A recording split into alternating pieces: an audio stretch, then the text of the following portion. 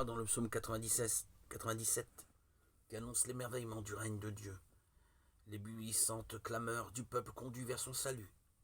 Avec le même bonheur que dans le psaume 95, nous retrouvons ce tremblement de la foi qui nous avait rassemblés au chevet de l'enfant Jésus. Mais ici, une autre teinte impose ses couleurs au triomphe de l'acclamation, la promesse d'un retour qui bouleverse tout l'univers. L'invitation à chanter et à entrer dans la musique au son de la cithare et des instruments avant est une liturgie d'accueil royal que les fidèles du temple devaient bien connaître, eux qui avaient en mémoire le sacre du roi Salomon, dont le livre des rois rapporte la fête débordante. Le prêtre Sadoc prit dans la tente la corne d'huile et oignit Salomon. On sonna du corps et tout le peuple cria « Vive le roi Salomon !» Puis tout le peuple monta à sa suite et le peuple jouait de la flûte et manifestait une grande joie avec les clameurs à fendre la terre. 1 Romains 1, 39-40. Le trait d'union entre l'avènement annoncé de Dieu et la mémoire collective de tout un peuple est amplifié jusqu'à nous par la participation de la terre entière à cet avènement de la royauté divine parmi nous.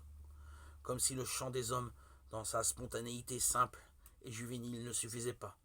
Celui de tout l'univers s'élève avec ses rumeurs d'eau, les fleuves battent des mains, verset 8, et de sommets que les montagnes chantent de joie, verset 8. À l'étrange visage d'humanité dans ce jeu de personnification dont notre goût de la vraisemblance a un peu perdu la saveur.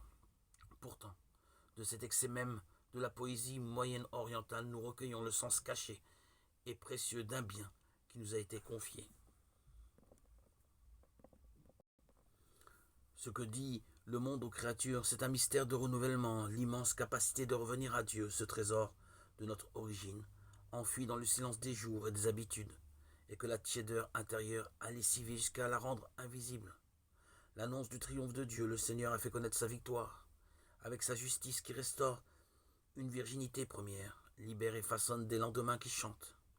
Le réveil de Dieu en nous bouscule la nuit de l'âme, et en nous éveille un printemps qui soulève les foules du bonheur. La tonalité victorieuse se renforce dans la conjonction des lectures et devient messianique. On entend alors la voix puissante d'Isaïe et soudain, le Christ de toute consolation paraît sur un bois d'éternité, auréolé de sa résurrection. Ceux que Dieu a libérés reviendront, ils arriveront à Sion, criant de joie, portant avec eux une joie éternelle, la joie d'allégresse. Les accompagneront, la douleur et les plaintes cesseront. C'est moi, je suis celui qui vous console. Isaïe 51, 11, 12. Le psaume 97 est un livre ouvert sur notre espérance.